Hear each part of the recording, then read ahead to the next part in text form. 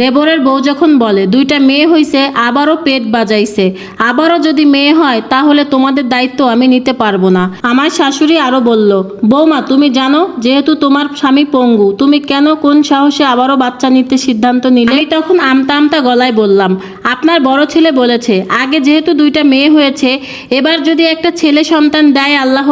এই কথা শুনে আমার দেবর বলল, আগের দুইটা মেয়ে হয়েছে, আবারও যে মেয়ে হবে না এটার গ্যারান্টি কি? তাছাড়া বড় ভাইয়া একটা টাকাও ইনকাম করে না, পুরো সংসারটা চলে আমার টাকায়। এখন আরো একটা যে হচ্ছে, তোমার চিকিৎসার খরচ, তোমার ডেলিভারির খরচ, এগুলা কিন্তু আমি দিতে পারবো না। পাশে বসা আমার দেবরের বউ বলল, তোমাকে তো হাজারবার বলেছি চলো আমরা আলাদা বাসা নিয়ে চলে যাই, প্রয়োজনে শ্বশুর শাশুড়ি দুজনকে আমাদের সাথে নিয়ে যাব। তুমি তো অনেক দরদি, এই সংসারে এখন থাকলে এখন সমস্ত খরচ তোমার করতে হবে। আমি তখন বলে উঠলাম, আমার স্বামী পঙ্গু, আমি বাহিরে কোনো একটা কাজ করি, কিন্তু আপনারা তো এই সংসারের সব কাজ কাম করানোর জন্য আমাকে বাহিরে যেতে দেন না।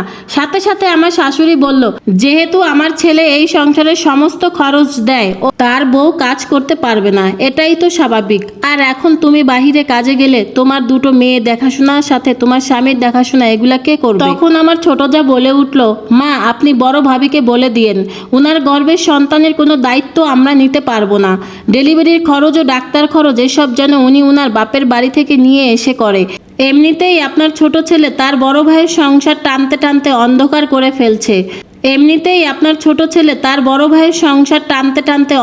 করে ফেলছে। আমি ইচ্ছা করেই ছোট জায়ের মুখের উপরে কথা বলতে পারতাম, কিন্তু তাতে আরো সমস্যা বাড়বে। তাই আমি আর কোনো কথা না বলে নিজের রুমেই চলে গেলাম। আমি চোখ মুছতে মুছতে আমার রুমে চলে গেলাম। তখন আমার বড় মেয়ে বলল, মা অনেক ক্ষুধা লেগেছে, আমাকে ভাত দিবে না? সাথে সাথে আমি চেঁচিয়ে বললাম, যার বাপের কোনো ইনকাম নেই তার আবার এত খিদা খাই খাই করতে হয় না, তোদের এত ক্ষুধা লাগে কেন? বেশি ক্ষুধা লাগলে মাটি খা।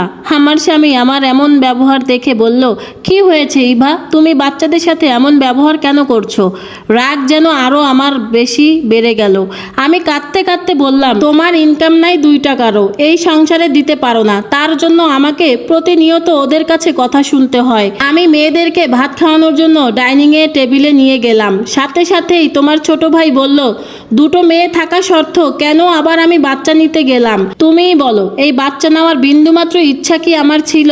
কিন্তু এখন সব কথাই শুনতে হচ্ছে আমাকে। আমার স্বামী তখন আমাকে সান্ত্বনা দিয়ে বলল, তুমি এসব নিয়ে চিন্তা করো না, আমি বাবার সাথে কথা বলে নিব, তুমি ওদেরকে খাবার দাও। এই কথা বলে আমার স্বামী শ্বশুরের রুমে চলে গেল কথা বলতে। আমার স্বামী বলল, বাবা কথাটা আমি বলতে চাইনি, কিন্তু আজ বলতে বাধ্য হলাম। বাবা রোড অ্যাক্সিডেন্টে পা যাওয়ার